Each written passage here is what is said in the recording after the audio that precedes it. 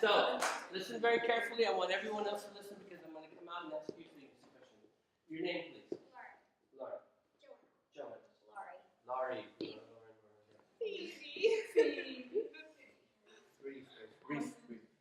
Reef. Montana. Okay. Nancy, what's everybody's name?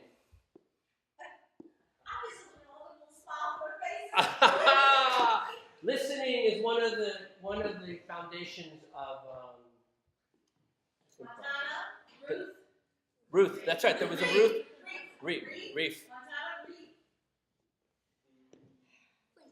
There it is. Phoebe. Laurie. Lauren. No, Something Laurie. like Laurie. Laurie. The English don't know how to speak English. Something with an L. It sounds like Lauren. Lauren. You're Sophia Lauren. And Joanna. I was going to ask you guys, but you know them, don't you? So, yeah. All right, so we're going to have here, so we're going to play a little game here really quickly. It's a listening game. So what I'd like to do is I'm going to start out a bit of the story for you. What I'd like you to do is I want you to add to the story. Okay? It's not a game called Story. That's very similar. But this one's a little different. This is about really listening. So by the time it comes to the last person, Montana, we'll see how well you listened. Okay? So I'm going to give you a sentence, and I want you to add to that sentence. So you repeat my sentence.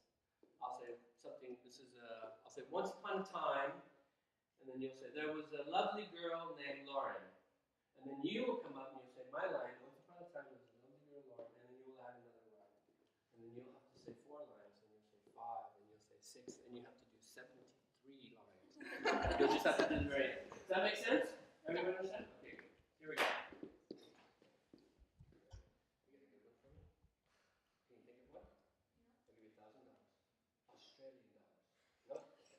All right, here we go. Wow, see, I can't give them any away. All right, here we go. I'll make it very easy for you. Alice walked into the room and saw her dog lying on the carpet. There was a red stain emerging. Repeat my sentence first. Alice looked and saw her dog laying on the carpet.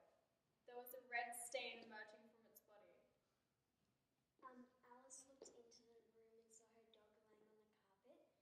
There was a red stain laying next to it. Just okay, just say whatever you remember. Don't have to check it. The dog was bleeding. I'm sorry, what was it? The dog was bleeding. The dog was bleeding. Alice walked into the room and saw her dog lying on the carpet. The dog had a red stain coming from its body. It was bleeding and was lifeless. Alice looked into the room and saw her dog laying on the carpet. It had a red stain emerging from its body. The dog was bleeding and lifeless. She rushed to the phone. Excellent.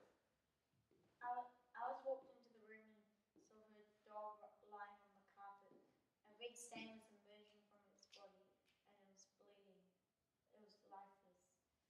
She rushed to the phone and called 911. To you, Montana. Can you do it? Can she do it? Alison walked into the room and saw the dog lying on the carpet. A red stain emerging from its body. It was bleeding. It was lifeless. Alison ran towards the phone and dialed 911. Mission complete. Oh. Give a big hand. Very nice. Now, was anybody? Now, I'm gonna. You're one of the students as well, so I'm gonna ask you this. Don't look so young if you don't want to call them. So let me make sure. Any deviation from the original? Anybody that you can tell? Was it a carpet or a rug? Was her name Alice or Angie? Alice. Okay. And then once that goes off like that, that was interesting, wasn't it? It was a lovely thing to do. So let me ask you guys there. When I said Alice walked into the room and she saw her dog on the carpet, why did you go to it was bleeding?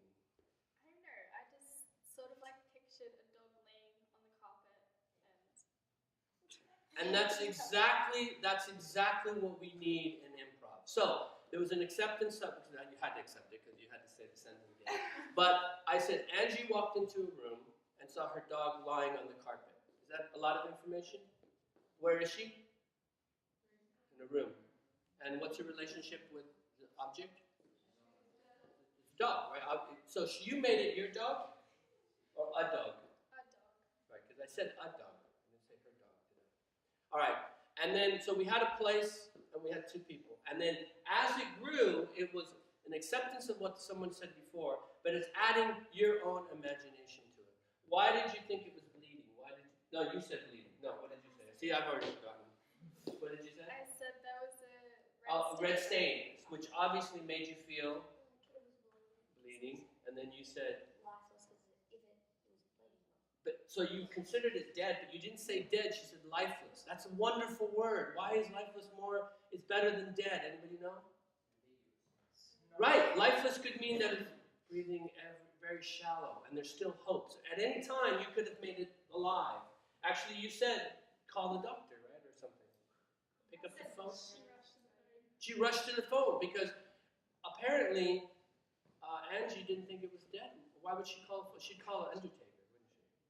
All right, and then you said, she rushed to the phone. Who's she going to call? You decided, not Ghostbusters, but you decided she was going to call. Why? Because there's still hope, right? And then finally, your mission was accomplished, which is, this is the strange one for me. Did you want to just end it, or did she plan to have the dog die? And then, oh, your sinister mind. Okay, that was her mission accomplished. Now my alibi is complete. Good. So now let's try a game called Story Story. Now that you're very good at that. So here we go, very quickly. Everybody understand another game, Story Story? Kind of. So what we're going to do is we're going to get a name of our protagonist and a location, and then we're going to start a story once we have it. And when I point to you, I want you to tell me the story. And then when I pull my hand away, you stop talking, and I point to somebody else, and you pick up that story right where we left off. Okay? So this, you don't have to repeat what she said. How much do you say? You keep until I stop pointing. Okay? And then it's impolite to point everyone, but it's okay in this case. Good. So let me have a crazy, wacky name. Trisha? Is that your name? Jenny Falula. What is it? Jenny Falula. Jenny Falula. Now that isn't some kind of hyperbole that I don't know anything about. Okay. Like Sheila. Yeah, sure. So what is it again? Jenny? Falula. Jenny Falula. Remember that. And what does she do for a living? What is her occupation? Clean toilets. She cleans toilets. Okay, this isn't a true story, is it? Okay. All right. So, what is the name of? Jenny Falula. Everyone sit down. Jenny Falula. And what does she do for a living? Cleans toilets. All right, good. We don't have a little chair. Oh, with you. I want to have some quick and see you. So I'll be conducting. See, I get to conduct after all. All right.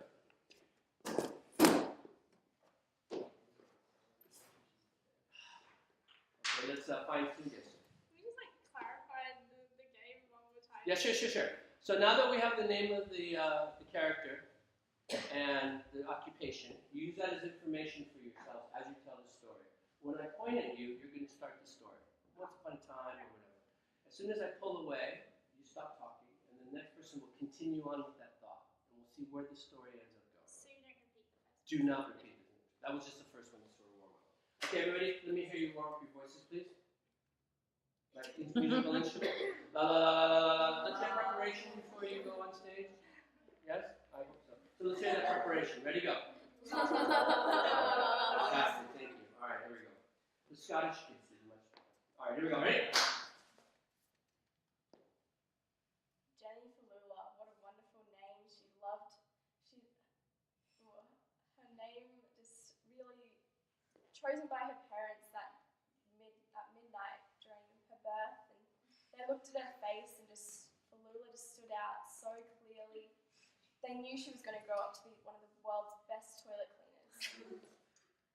Squeak, scrub, squeak, squeak, flush. Enough. She set off on another day at work, and she Suddenly,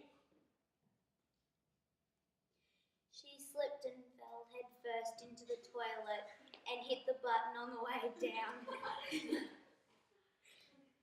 head was swelled and she almost drowned. Jenny Falula's eyes became a river which flowed into the toilet bowl. In that moment, she realized that she was doing nothing with her life and decided. good, and decided. Now, somebody else walks into that toilet and sees her there. Who is that person? Her mom. Her. From them. What were you going to say? And who walked into that room? Anybody. Could be anybody. A what? Her boss. Her boss. Okay. You had one. What was your last sentence? She was doing nothing with her And life. she's So doing she nothing with decided. it. Suddenly, and she was excited because her boss came into the room. Now, I'm going to go a little faster now when I point to you. So make sure you're listening to what everyone's saying. Listening is the first part of improv. She threw down her plunger and yelled at her boss. I quit. I'm leaving. I want to do something with my life. She ran from the building across the street, stood in a pothole, and her shoelaces got caught in the side of the street. She tripped over and fell down. She scraped her knees and her elbows. She rushed to hospital and used the money to buy herself a cafe. She opened the doors and let everyone in, and her new life began. Until she was playing with the kitchen utensils. Again, poor Jenny Falula stabbed herself in the leg. She once again needed urgent surgery. She Also, liked. Alright, moving down. Alright, now. Interesting thing. It looks harder than it is, isn't it? It's really simple. Interesting. So information that we give to each other when we're doing a scene or we're thinking of improv. Listening is obviously very important, but listening and what to do with that information. Okay? So we had her. She's very clumsy. She must be from New Zealand. I'm just kidding. Alright, so just kidding. So they did win the rugby. Let's not go there. Alright, I know the pain is still happening. So she was very clumsy and we were very descriptive. It was lovely. Her face in the toilet. We didn't know if it was clean or not yet. Apparently. And then she kept stabbing herself in the hospital and all this stuff. But we introduced a character that we just kind of threw away, the boss. Suddenly the boss came in. The boss comes in. We don't really deal with him, do we? We go, and she got mad and left and opened the calf. Okay, great. Well, she opens the calf. How did that happen? Do you get money in Australia when you're hurt? Do they pay you?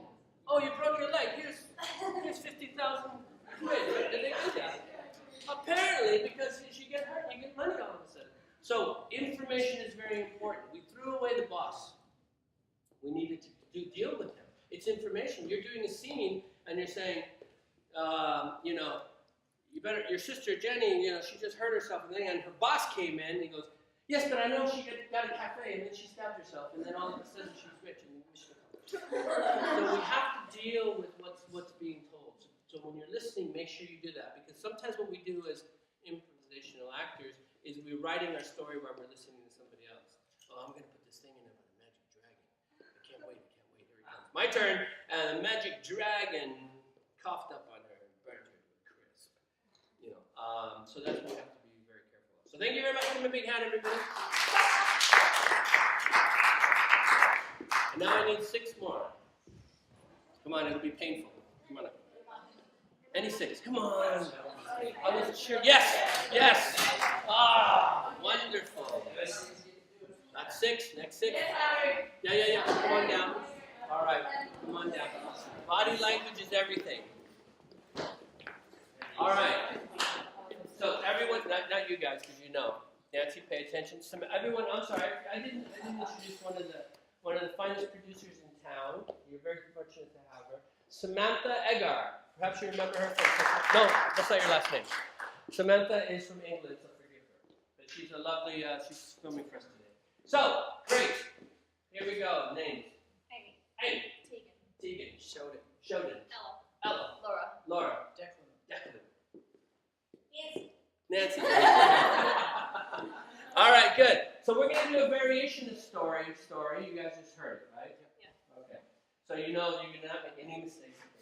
So whatever's introduced, you're going to grab that and do it, right? Okay. So in this version, though, we're going to play a game called Story Die. Story Die. And Story Die works very simple. If you violate, see, my English is coming back.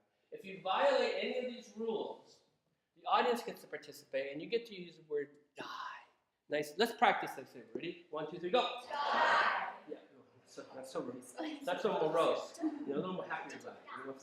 Yeah, die. Because that means that they get kicked out. And then the story continues without that person. And we know what? We don't let them sit down. You know what we do? We make them stand against the wall. Shame. Shame of it all. All right, here we go. So we get it. So if it's not a good part of the story, you get kicked out. Exactly. So here's one. Here's one violation. If they take too long of a pause. Randolph walked up to his girlfriend, and then you yell, "Die!" If they take too long of a pause. Okay. And the pause is not the lion's house. It's a pause. All right. Here's another violation. If they repeat a word. Randolph went up to his girlfriend and said, the next person I point to repeats the word that they just heard. Instead of picking it up, you yell, die. Okay. If they say a nonsense word, if it's a non sequitur, everyone ever speak Latin? Everyone speaks Latin? Non sequitur. Randolph went up to his girlfriend. Pygmies flew from her toes and ate her brain. You would say? Because pygmies have very small teeth, and that's impossible. Right? All right. So, and right. So we have pause, we have repeating a word, we have a non sequitur, and there's one more. No, not there's one more. Being negative. Sorry? Not being negative, not saying. Oh no, we'll get to know in a second. Okay, let's just worry about those two because I think you have enough to worry about. So, you guys ready? Can I hear your voices?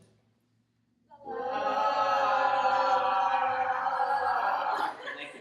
All right, we need the first name of a very famous historical figure in Australia that no Americans know about. Just the first name.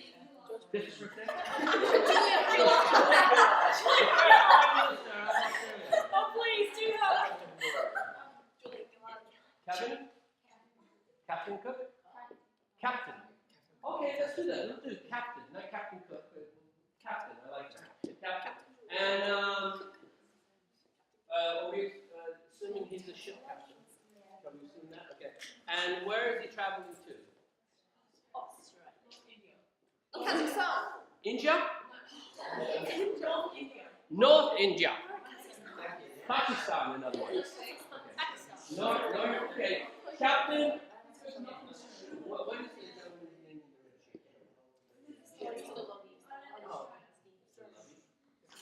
name? Captain Lovey. Captain Lovey is sailing to Pakistan. Northern India. Yes, he's going from Australia to Pakistan. That's all you know. So when you're making this up, here's a temptation. Not only do you want to write it ahead of time, but you also, the funny is what kills it. I know, I'll say something really funny. Captain Lovey pooed in his pants. Doesn't really, Americans love that joke. It doesn't really forward the story, does it? It doesn't really push it forward. The scene doesn't really go anywhere. I know I can say something funny. So be careful of being funny, because the funny will come in truth. And this time we're going to add something to it. Listening was very important. We're going to add what Samantha mentioned earlier, and that is denial. Never deny what somebody gives you. These are gifts we give. Randolph went up to his girlfriend, and on his bended knee, he reached in his pocket and he pulled out what a wonderful present that is, because now you've painted the picture for me, and all I have to say is, a goose. Right, and that's the funny comes from, because perhaps he did have a goose in his pocket. Very big pocket. Of course, the goose wasn't alive, it was what was it? Lifeless. Lifeless. Okay. So we're ready? All right, let's try. Here we go. All right. What's his name? Captain Lobby. All right. So what is our protagonist's name? Captain Lobby. And where is he sailing to? Pakistan. Pakistan. Okay. Here we go. Ready?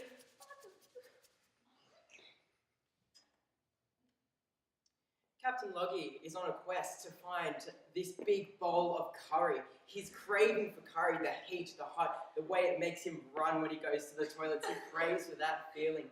The logging master is on the great ship, and how he feels on that curry bowl makes him feel absolutely crazy.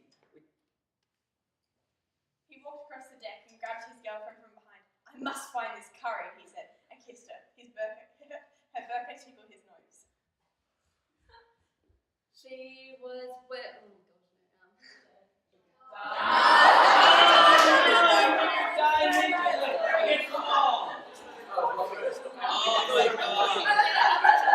Oh You guys are cutthroats. It's horrible. Who invented this game anyway? All right, here we go. So the last we heard is he had the girlfriend, he kissed the girlfriend, something about curry is delicious. Walked across the deck, right, and that's where. Walked across the deck and kissed his girlfriend. Brother was sad about her burqa tickled What was his the nose. last thing? Yeah, burqa tickled his nose. Yes. Say that again. What's a burqa? A burqa. A burqa. This is why we have problems. And she had made burqa tickled her, right? Tickled his nose. Her burqa tickled his nose. The burqa tickled his nose. He could feel the sneeze building up inside of him, but it just wouldn't come out, and he knew that if he sneezed, it would go, the curry would spill out of his nose and go all over her, and she would get very annoyed because she was wearing a brand new burqa. The sneeze kept coming, and suddenly he stepped back and he did the biggest sneeze he could and fell overboard. He then proceeded to call out for her to throw down an anchor, but she declined that offer so she could go and find the curry all by herself. She didn't need him. He was useless to her. He called out for the rest of the crew, but they didn't hear. Let's just stop it. Okay, now we've got somewhere to go. We spent some time with the curry. Okay, curry. It's a story about the curry? I don't know. But now we have duplicity, right? She wants the curry to herself. He called out to his crew, but what happened? You tell me. Who is in cahoots with her?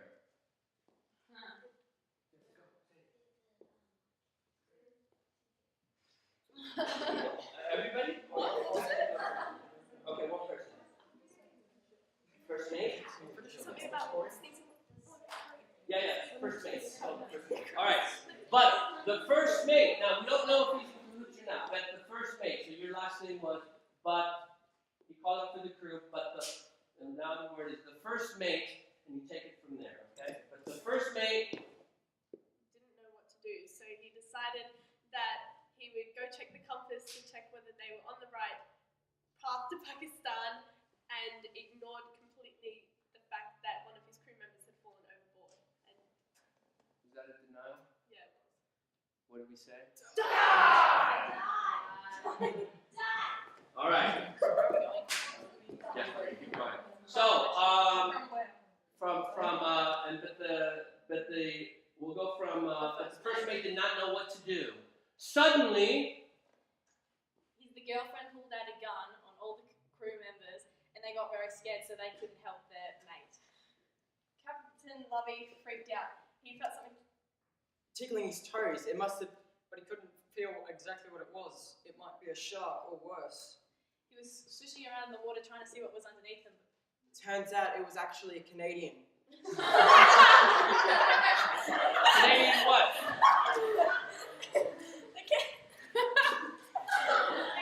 The Canadian was sitting in a lifeboat. He pulled out a bowl of maple syrup. "Want some?" he asked. He then proceeded to pull him onto the shore and Up! Die! We got it, okay. Who's going to be the champion? All right, so we have a Canadian, poor Canadians, they never get a break, do they? All right, we have a Canadian who pulled out some maple syrup, right? Because that's... Because the captain had a kangaroo. All right, so maple syrup, and what did they do with the maple syrup? He pulled out a bowl of maple syrup. Oh, he poured out a bowl of maple syrup, okay? Drank one. Yeah, drank from the boat. And drank what? Oh, and then dragged it on the shore. When they got to the shore, they found something. What did they find on the shore? What was what? A pig. Pig? A pig. A pig. They found a pig. So once they were on the shore, they found a pig. And Mr. Lovey was walking towards the pig when he gently patted it, saying, "Whoa, what Whoa, what are you doing here? Die! Oh, All the girls survive. Only the men survive. All right, here we go. This is going to go very fast, so watch me. And remember, pauses, if they pause too long, kill them. All right, here we go. All right, here we go. So, we had a pig. What is the last thing you said? Wow. He walked towards the pig. He walked to the pig. He touched the pig and he said, wow. what a marvelous Pakistani curry Pig that they have here on this.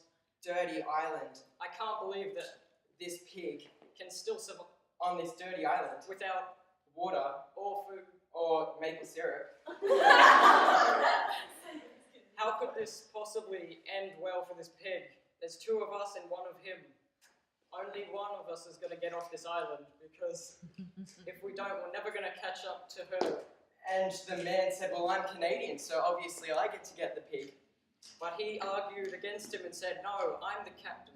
And the captain went To go and steal the pig from the man, and make a curry. but he couldn't because he stopped.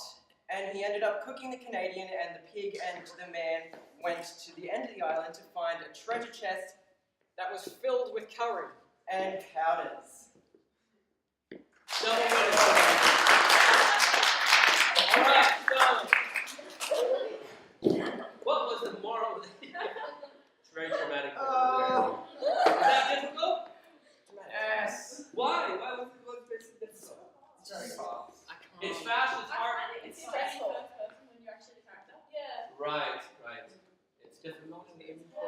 Part of the thing is this. Tell me if you feel. Yeah, you don't have to be the wall shape. Tell me, and this might be for even the audience. Is it that a lack of information that's out there to pull from, or is it just the speed, or was it that you were thinking on your thinking on your feet, which is something you have to do?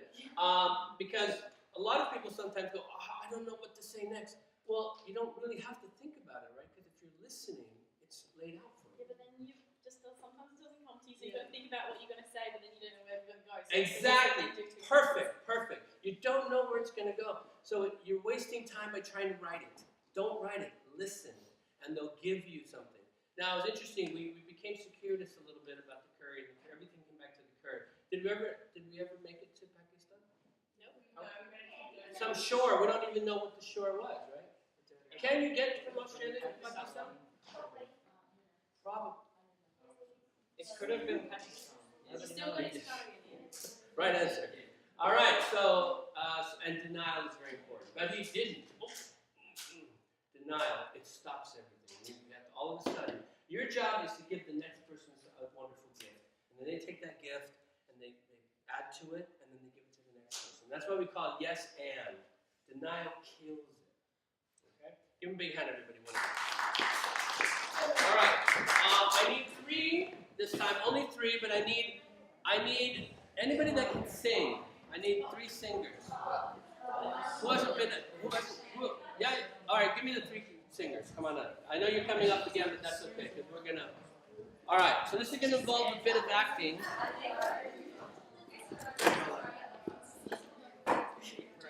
Okay. How are we doing on time? All right. All right. I'll be doing some juggling later for your amusement. All right. So one more time. Your name? Phoebe, I'll never forget that one. Keegan. Sheldon. Yes, Sheldon. All right. So, this is going to be a family. Okay? You can already decide who's who right now in your mind. We're going to find out in a moment. And they have a family business. And what would that business be? Ice cream parlor, right? Gelateria. Okay, you all of you own ice cream parlor. All right, I need who's the mom and who's the daughter? She is the mom. Give me a hand up for the mom and the daughter and the mom here. Okay, so this will be the mom. This is the dad. Okay, not that you can't have different. And this is Phoebe is the daughter. How old Okay. is our daughter? Yes. Oh, sorry. How old is our daughter? That's what you're going to find out. So to make sure the first line is, how old are you, daughter? Because questions is the next thing we're going to talk about. Questions kill a scene. You're putting all this pressure on your partner. Okay, you're at a murder investigation, and you're the lead officer, and you come in, and the other cops are there. What happened? Dead person. Don't do that to me. So questions kill the scene. Have an answer. Make it up. Sometimes questions do come in. Is something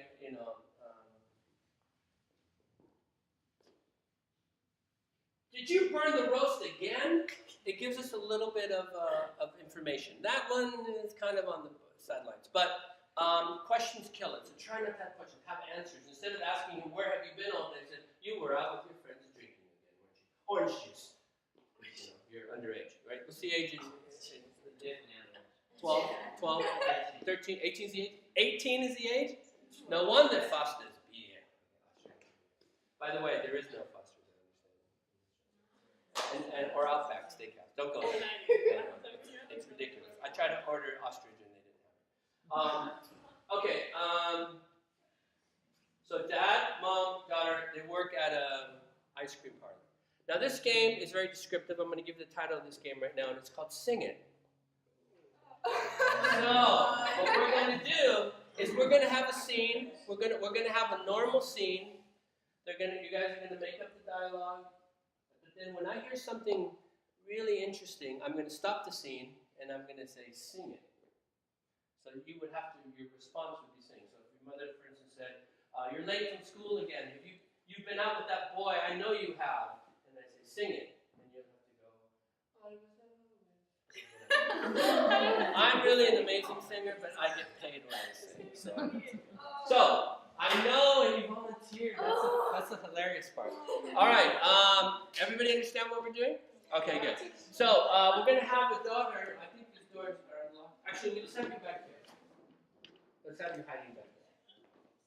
So a couple of things we need to have in the scene. We need to know where they are without going, "Boy, I'm glad we're in this ice cream parlor."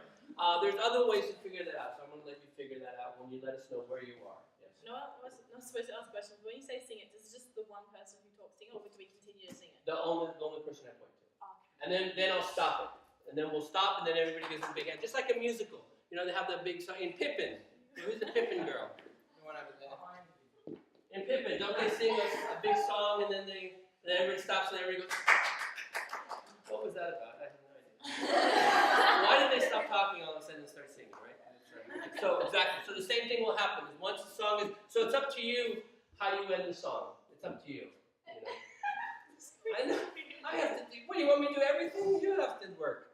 Got it? So we need to know where they are without explicitly saying, "Boy, this ice cream shop is really great." So find a creative way to let us know where you are. Perhaps you're somewhere in. I'm assuming there's a counter. There's ice cream. There could be a back supply room or something. Right? It could be wherever. So you'll figure it out. Next thing we need to know is that since we know your husband and wife, we need to know the state of your relationship. Is it happy? Is it sad? Is it realistic? Whatever. Let's see. She's cheating. She's cheating. I want to see her test results. She's like, "Okay, so we're right here in front of me, and then we're happy." We run the show now. I can tell already. And the relationship with you. Do you like your parents? Do you get along with them and all those kind of things? Don't tell me, just figure it out.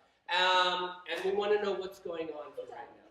Okay? So, where can I stand? I'll stand over here, and we're going to start the scene. The scene is called Sing It, and we have they own an ice cream parlor, and mom, dad, and yes, questions. How do I know when I enter? Just answer when you want. That, or they can have you come in. That's a very important question. When you have somebody coming out, you can set up the scene and let us know what's going on. Introduction to the scene, set what's going on with this going situation with you guys right now. And you can allow her, I hope she gets here soon. She's got to cover that shift. Or We're all out of vanilla. However you decide to do it, they can do it that way, or you can just come in at a time when you're listening and say, this would be a good time for me to come in. So you get to decide. All right, here we go. And this is called Sing It, everyone. And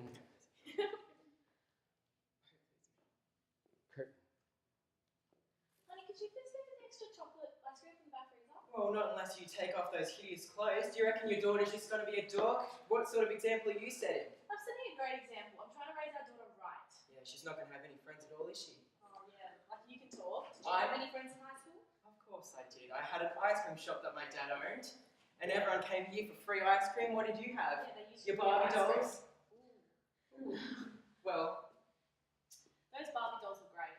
they were great, weren't they? You scrummy only little have plastic friends things. because you gave them free ice cream. That's buying friendship. Well, look at the example you're setting for your daughter. She's not going to have any friends on her first day I'm of not school. telling her to buy our friends. Well, I told her friends to come over after school to our great ice cream shop, but You're what's trying not to buy her. example? What are you doing? You're trying to buy her friends. Oh, well, she needs them, doesn't she? Dressing like you. Oh, that's not fair. Oh, hello, darling. How are you? Hi, darling. Dressing well and like your mother? Dad, nobody came to the ice cream shop with me. Got heaps of friends, don't I? You It's can all blame because your of you mother. guys. It's okay, darling. stop. You can blame your mother. Sing it. You can blame your mother that she dresses like a dork. You can blame your mother that she never serves the ice cream cold. It's always melted, it always ruins your friends' new dresses, unlike your mother's because she wears camel toe track pants. And you wear clothes like your mother.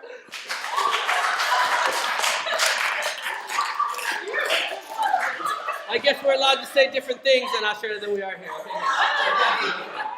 Now I'm going to be thinking about that the whole time. Okay. All right.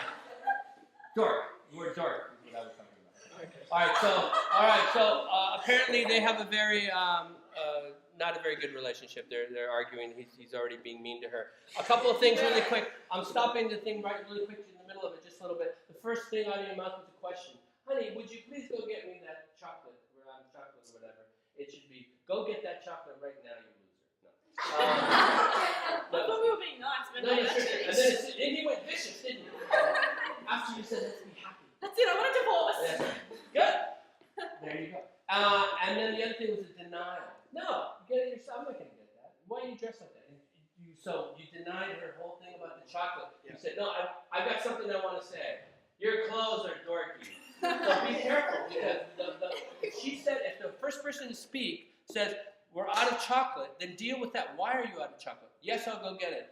I'm going to get it, but I'm not going to be happy about it, or whatever, you know? And the most important thing is to keep our camera person entertained. Otherwise, she'll go on Facebook, and she'll start texting people.